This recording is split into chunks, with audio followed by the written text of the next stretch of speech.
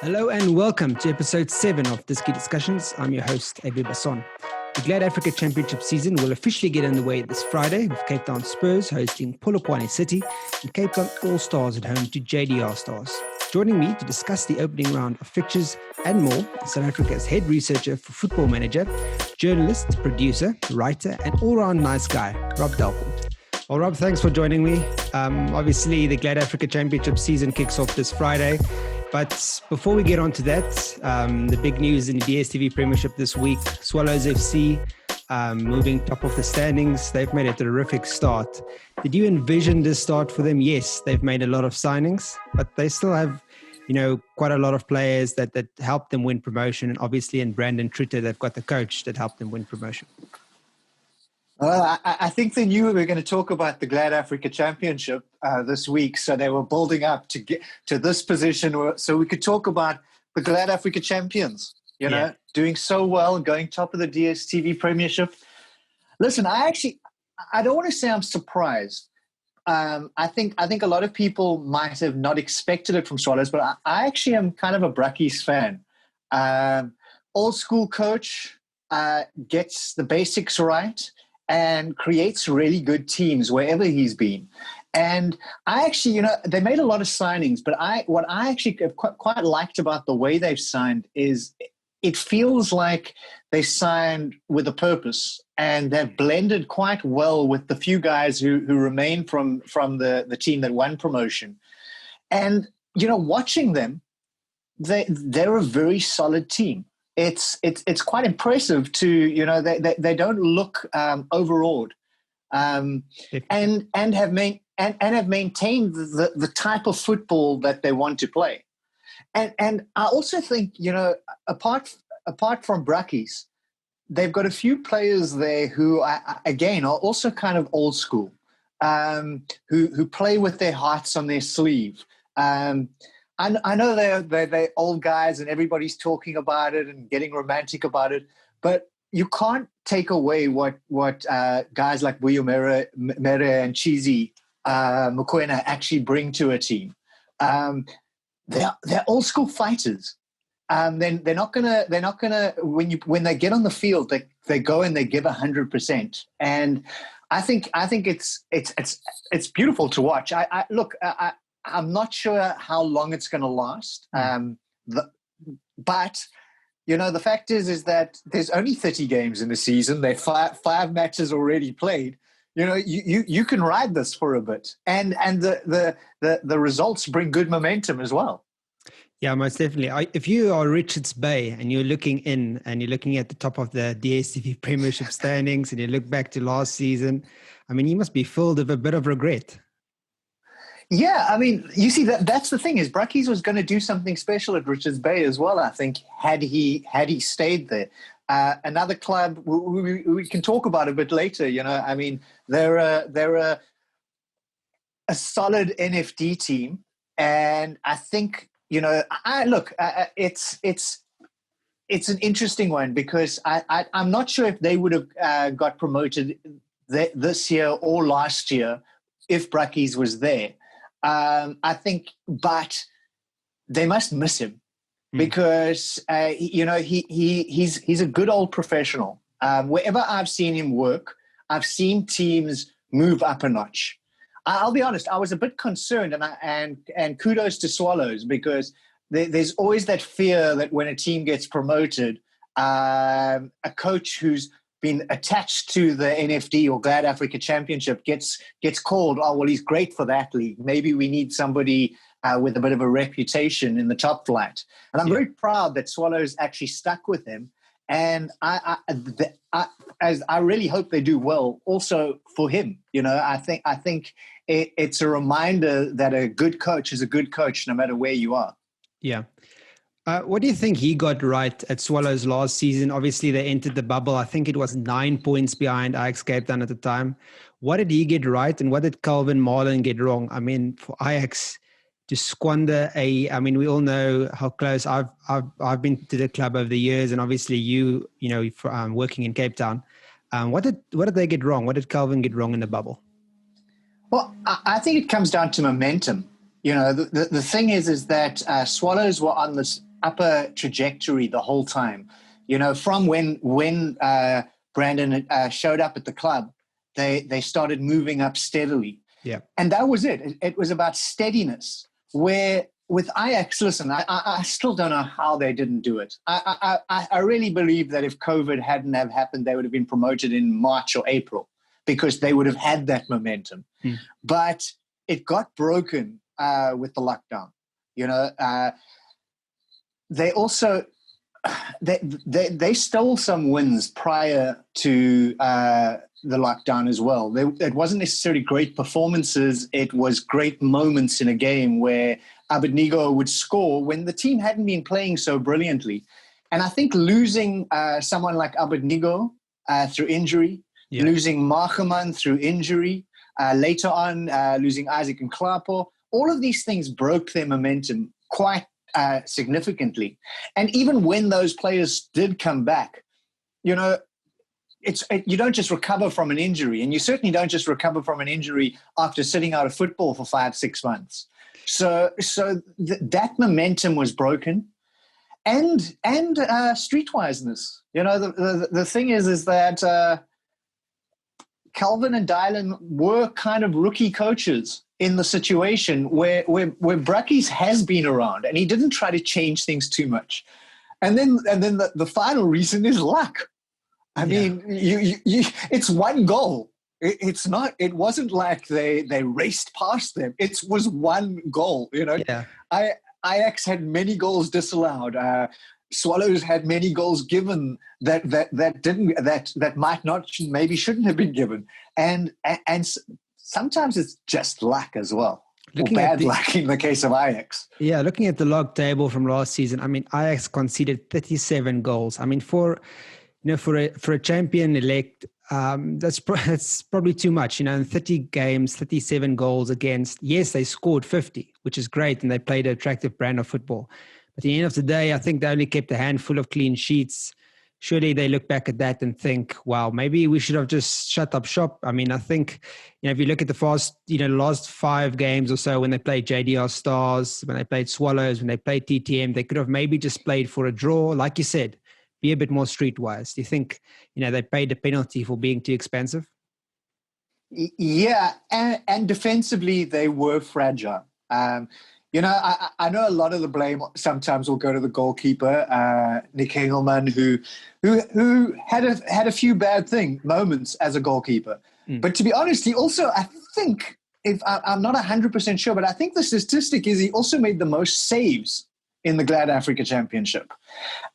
So he also, it could have been worse, I think defensively, it was the one area that I always worried with watching that Ajax team, because it was a kind of a new defense. I'm someone who believes in momentum, and I believe in creating partnerships and creating combinations that work. And I was never sure who was going to start and in what position. They're certainly not bad defenders, but you can put 2 really good people together, and they can still make a lot of mistakes. I'm not sure if those combinations ever work completely for Ajax. And like I said, they could have conceded a lot more. I remember watching one game where before he made 2 or 3 mistakes, he made Nick Hengelman made about 5 or 6 saves that really he shouldn't have been able to save. Then they still conceded. But that's the thing is sometimes. Sometimes when especially when it comes down to one goal, they're 37 times they could have stopped a goal, and there were more than 50 times they could have scored. And I like with Chiefs in the Premiership, if you'd gave me 1,000 rand to bet on football in March, I would have surely bet on Ajax winning the GladAfrica Championship and Kaizer Chiefs winning the ABSA Premiership back then. And I would have been very broke at the moment. Just to close off on that point, Ajax actually scored the most goals and conceded the 5th most goals in the league, which is incredible statistic. Just moving on from Ajax, obviously they've now become Cape Town Spurs. What have you made of the rebirth of Cape Town Spurs, and do you welcome it as a Cape Town football supporter? You know, you also obviously here. You know a little bit about the Ajax Cape Town Amsterdam shaky marriage that they had, and I've tried to look at it optimistically. You know, the thing is that having seen that relationship over the last decade or so, I always thought that as much as the positives that it brought and the promises of youngsters being able to go overseas and things like that, well, to be fair, that didn't really pan out a lot over the past 10 years. I think 3 guys in that time actually went to Amsterdam. A lot maybe before that, but you know, nothing really. It wasn't a regular thing. It was always just this. It was this carrot that was tied to the rope that you never could quite reach. I mean, the most talented kids that I saw at Ajax, Cape Town, did not go to Amsterdam, not in the past decade. And so I think the relationship was always on its way to an ending. And so I kind of, from my point of view, kind of welcome it, because the only thing that is obviously, you know, I'm not even sure how much money Amsterdam was putting into the Cape Town club. I know they were paying like head of youth salary, and they were paying it for a few things. But most of the money was still being spent from the budget that they had from the grants, and obviously however else they made money. And that is still going to carry on now at Cape Town Spurs. It's an interesting thing to go back to a historical name. We've got 2 old names now in Cape Town City and Cape Town Spurs, neither connected completely to the original. But I kind of think that the most important thing for Spurs is to get promoted as quickly as possible. And I say that for the development, because that is the expensive part of running that club. You know, the thing is that it's easy to be like a lot of South African franchises, which are actually just these first teams. That's all they really are. They're not a club. Yeah. And at least Cape Town Spurs, you feel like it's a club because of all those young teams. And hopefully they've used this year where they haven't been able to play youth football to prepare for this, because that is the important thing to carry on. Otherwise, they are going to just become like a lot of other teams, and everything's going to be based around that first team. But I want to be optimistic about it. You know, when I first moved to Cape Town Spurs was actually still in existence, and they were an exciting team. And they had their own fan base. They had their own vibe about them. This isn't that Cape Town Spurs. You can even see that in the logo. There's still the urban warrior there. It's more modern. I know a lot of people have said, why didn't they go back to the old logo and things like that? And maybe they could have. But I actually, when I look back at some of those teams from that period, I mean, a lot of those things were very outdated. They're famous logos. The Eagle's famous, but it did look like it didn't look like a professional graphic designer had designed those logos and things like that. And a lot of the clubs back then were like that, because it was probably a club owner's artist's friend who designed things.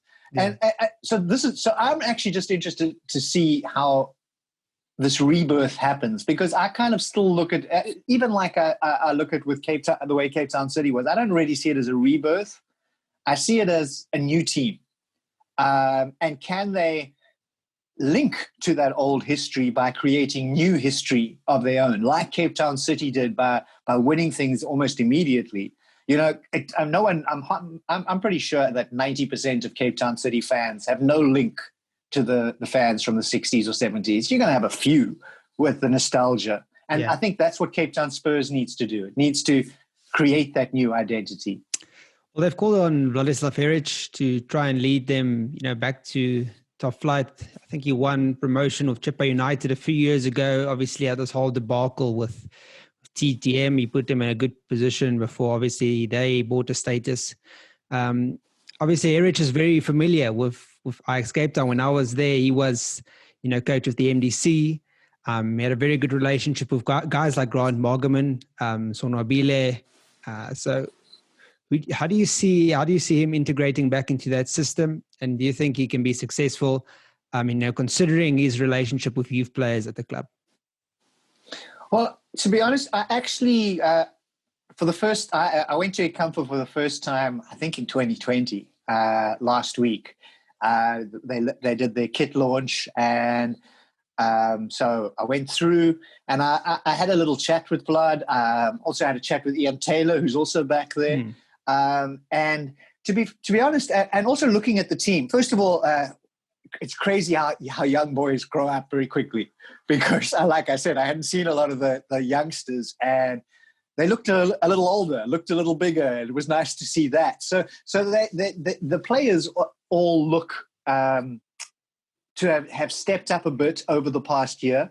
Vlad's an interesting coach. I mean, look, I think it's 16 clubs in South Africa that he's worked at. Some of those 16 may be repeats, because he's been back and forward to one or two. And he's had success to various degrees at a lot of those places.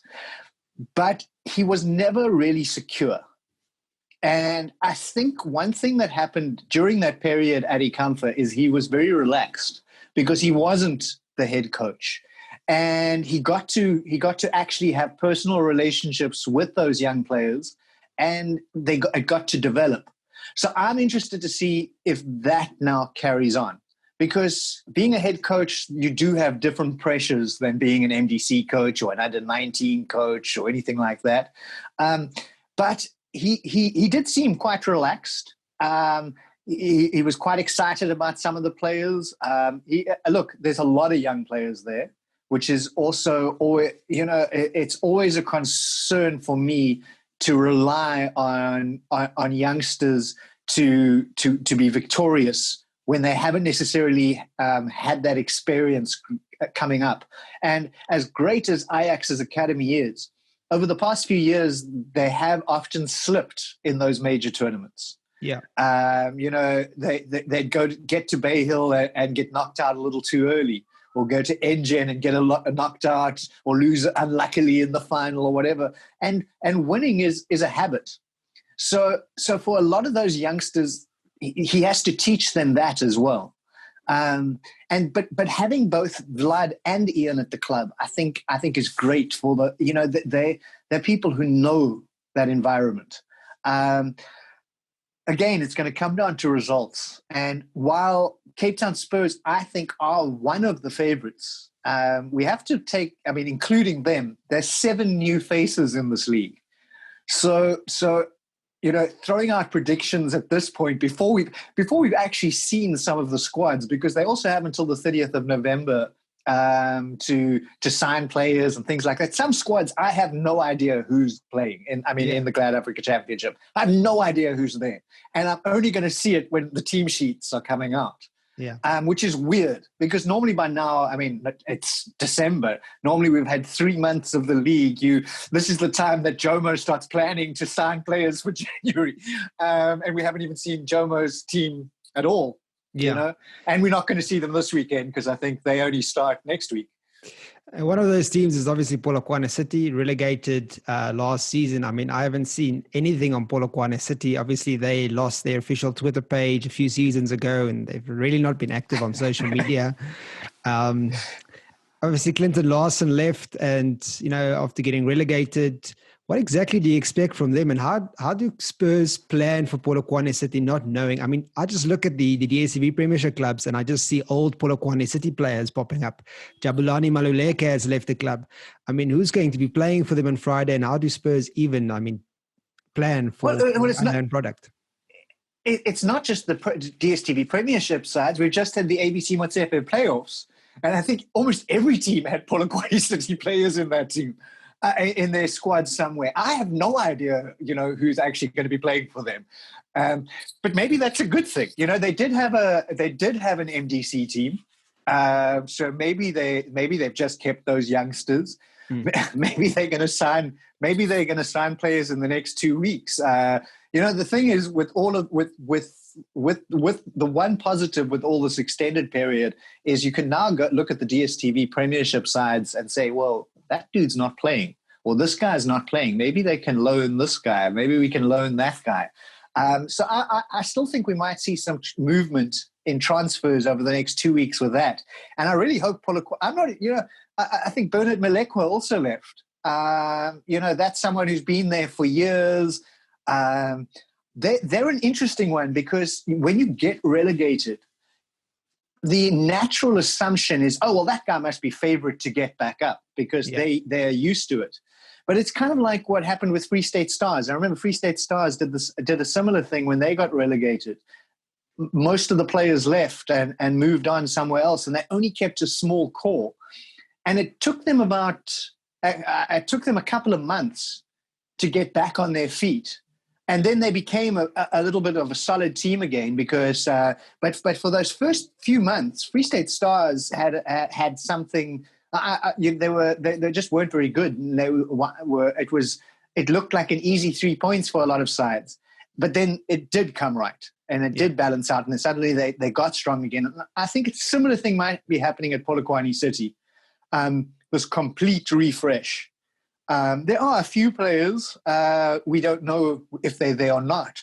This is the other thing that, I do the Football Manager video game as well. So half of my life is researching and chasing.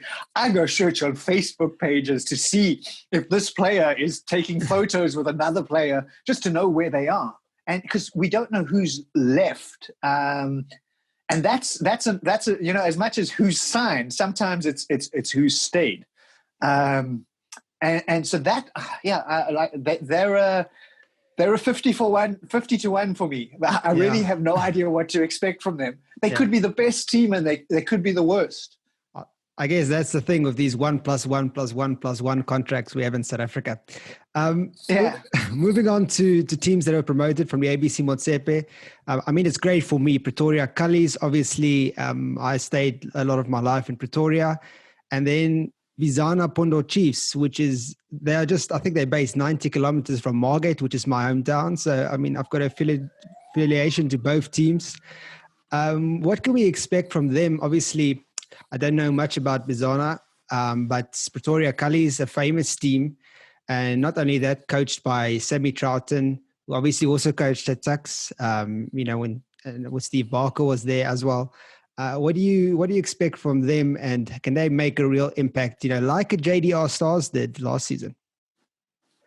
Well, I don't know what you're obviously closer. Pretoria teams are good. They play against each other as well. They train, a lot of the friendlies. And JDR was, I'm a big fan of their coach as well. Real gentleman of the game, Nemasisi at JDR. And Pretoria Cullies, the moment I saw the squad at the ABC Motsepe playoffs and I saw that Sammy was coach, they suddenly became my favorites to get promoted from the ABC Motsepe leagues. It's a famous club. And it's also a club where over the years, a lot of players who have fallen off the mainstream have gone in and built their way back up. So they've always had good players at their club, which means that it allowed them to play some good football. And I fancy they could be here to stay now. Hopefully, Sammy's an interesting one because he does this a lot with clubs. He gives them these moments, and then sometimes he's unfortunately also the scapegoat when things start going wrong. So, or he gets approached by another club that's slightly bigger, and it becomes a business decision. But I think they could be a surprise package this season. I like it's the football romantic in me as well.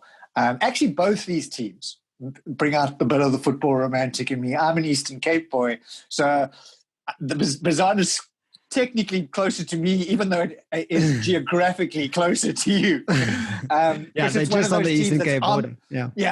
But they're on our side. Yeah. But that always worries me as well, because I kind of wish they should have been on your side, because over the years, KZN teams have done better in professional football than Eastern Cape teams, because I don't know what goes on at Eastern Cape clubs. Sometimes there's weird politics. They try to give every Eastern Cape player a chance. Then the squads change too often, and I really hope Basson don't fall into some of those traps. The Eastern Cape, there's so much talent out there, and here's a club really from the middle of nowhere. I'm not sure where they're going to play. That'll be interesting as well. I've heard stories that they might play in Umtata, but I'm not sure. They again, the football romantic in me really wants them to do well, but I do think it's going to be a bigger struggle for them because of the level that's in the GladAfrica Championship at the moment. I mean, when you look at a new club and you look at what Sekhukhune are doing, and you start seeing the professionalism of their launch, the quality of players they sign there, there's a big gap between them and the players that are playing for Basson at the ABC. Basson at the ABC. Yes, they won the thing, but a lot of it was heart, and commitment more than the professionalism, which you wouldn't expect from a team that isn't professional. But now that changes. Now half of doing well in the GladAfrica Championship is being professional, is making sure that everybody is prepared, because especially this season where you've got the shortened calendar or squeezed in calendar, which means midweek games almost, I see they almost on top of each other, these games at the moment, which means that you have to learn about conditioning. You have to learn about, when you're playing in a small area in regional football, your travel is a lot less. So your players don't have to recover the same way. So a lot of those lessons are what's going to be interesting to watch. And another club that might surprise a few this season is TS Sporting, who I think only learned those lessons midway through the season when they got promoted. Their professionalism improved because of wait a minute, we're not in the same type of football anymore. And those are lessons you have to learn first. You touched on TS Sporting there. Obviously, they were quite fortunate to avoid relegation in the end of the day last season. What do you expect from them? Are they a team that can challenge at the top? Well, you all actually know some of the players better, because it looks like they just signed the whole bit. Everybody that Wits didn't sign from the youth academy, they said, come on over. Yeah. But I actually was so surprised that they were where they were last season. I actually thought they had a pretty decent squad compared to some of the others, but a lot of the time, they didn't get the results that they should have. And sometimes it may have been complacency. I'm not sure. I think it was weird watching them slip further down, because it was like they just couldn't buy a win. And they started piling up. And then it got more and more dangerous. And then you had Jomo doing the exact opposite on the other end. Jomo was like, I wrote a story that I actually published on my birthday, but I started writing it back then already, saying, this could be the end of the another giant of South African football. And Jomo just stuck to what he says to me every season, that, I'll talk to you at the end, and turn things around. And I think TS Sporting got caught in that, because the thing is that when there's so few games left, every result counts. And when other teams are winning and you draw, you can keep dropping, and you can keep dropping. Yeah. To be honest, last season, the only ones that I felt looked like relegation candidates, and that's because stumbled at the beginning and just kept falling were Royal Eagles. And even Mbombela was unlucky. If I don't, what happens in the office often stays in the office. I'd heard about that story at the beginning of the season. Well, like 2 months into the season already. So it was always hanging over them, that situation. Yeah. And at the beginning of the season, they were terrible, Mbombela. If you in the first 2 months, I can't remember who the coach was, but it was awful. And they had good players at the time, but the football was just not good. And then they started picking things up in the second half of the season.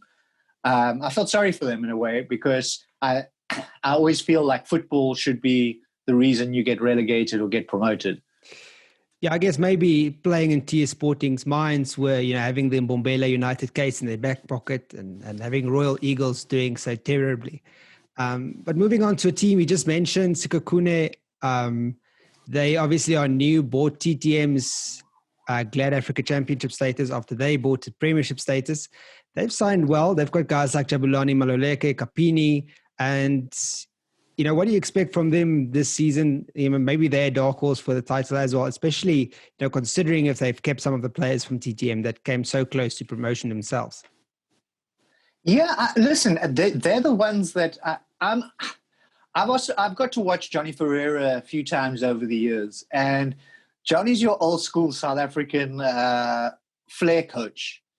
He lets players play, and when he's relaxed, he can be a hell of a coach.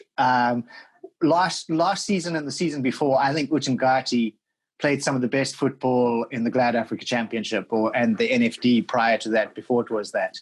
He lets players express themselves. And I think he's got a squad that's most probably stronger than some of the previous ones he's coached. And the other teams, he's had to make stars and make good players. And strangely enough, when Uchengati signed a bunch of high-profile players, that was Johnny's demise at the club at the same time. And maybe it's because there's other politics that happened there. But I think Sekhukhune could really be a surprise package. And it's why I didn't want to make, to me, like I said, Cape Town Spurs, after the past 2 seasons as Ajax, they should be favorites. But this is the thing about a league like the GladAfrica Championship, that so many new teams and other teams all press reset. And you actually have no idea what to expect. Sekhukhune, just everything that they've been doing really looks very professional. They also have a lot of other good football brains involved in that club. Someone like Alex Papela in the background. Johnny's brought in a decent technical team. And like you've mentioned, some of the players are players who should be playing top-flight football. And I don't write anybody off because of age. I mean, you saw were you still at Ajax when Cheesy was there? Yeah, I was. I was always upset that he wasn't given opportunities, because unfortunately Stanley didn't know him. Stanley Menzo was coach back then, and he wanted to play wide players, and Cheeseboy didn't fit into that. And basically, I got told a few times off the record that, listen, his legs are gone. He's not the same player. And I think one of the beauties of our game is that you can't write off players from that generation. Yeah, they built differently. They came up with different types of players. And Jabu Maluleke is from that generation. And I have a feeling that we've all seen what Jabu did at Polokwane the past few years as a veteran. He's going to shine in that league. He's that type of good player. There are a lot of the times it upsets me when I see a player from the Premiership go down to the GladAfrica Championship and actually look worse. They actually, you're like, you guys should be dominating this league. Why are you at this standard? Jabu Maluleke is like that. Cheeseboy was like that. When you put him on the field, He was really good. Vuyomere is like that. A lot of these guys, I don't know if it's complacency or whatever. You know, if you're stepping down a league, you should be one of the best players. And that I think Sekhukhune have got a few players who are like that. Yeah, so it's going to be interesting. They are definitely, you know, if you give me money to bet, I might put some on them. I'm still with GladAfrica, not willing to use my own money. Before we get to your quick fire predictions, we must just quickly touch on Royal AM. Obviously, they've also rebranded Real Kings. You know, much of the Royal Eagles touch. They've obviously got a 19-year-old club chairman, which is insane if you think of it. You know, where were you as a teenager? Well, I'm a club chairman. What do you make of them? And do you think they can pose a threat this season? Just thinking about, you know, the money they're able to throw at the club. Or do you think it'll be another case of Royal Eagles underperforming, underwhelming? Well, let's forget Royal Eagles from last season. Obviously a different situation, but it's what scares me to predict anything great about them is that when I look at Royal Eagles over the past few years that had that the Basson money and had their backing, and they had the best facilities of a GladAfrica team for before Ajax got relegated. Even they had superstar players playing for them. Pela was there. Pela, yeah. I mean, and that's just, I mean, literally, they had so many good players, but couldn't get it right. Real Kings, on the other hand, were a club that had some really good players, and for me showed more signs of possibly getting promoted than Royal Eagles did over the past few years. And unfortunately, most of those players have left the club. So really, this is this is like Royal Eagles from 2 years ago with a bunch of new players. They've got some really good players. It still is going to come down to how they perform.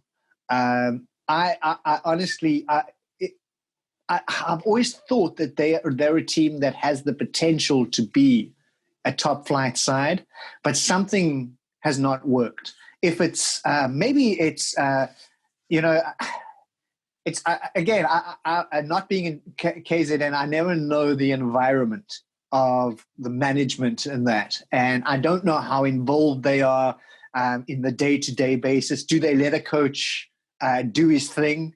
You know, I've heard weird stories from the old Royal Eagles where training had to be halted until the new chairman arrived home from school to watch the team and things like that.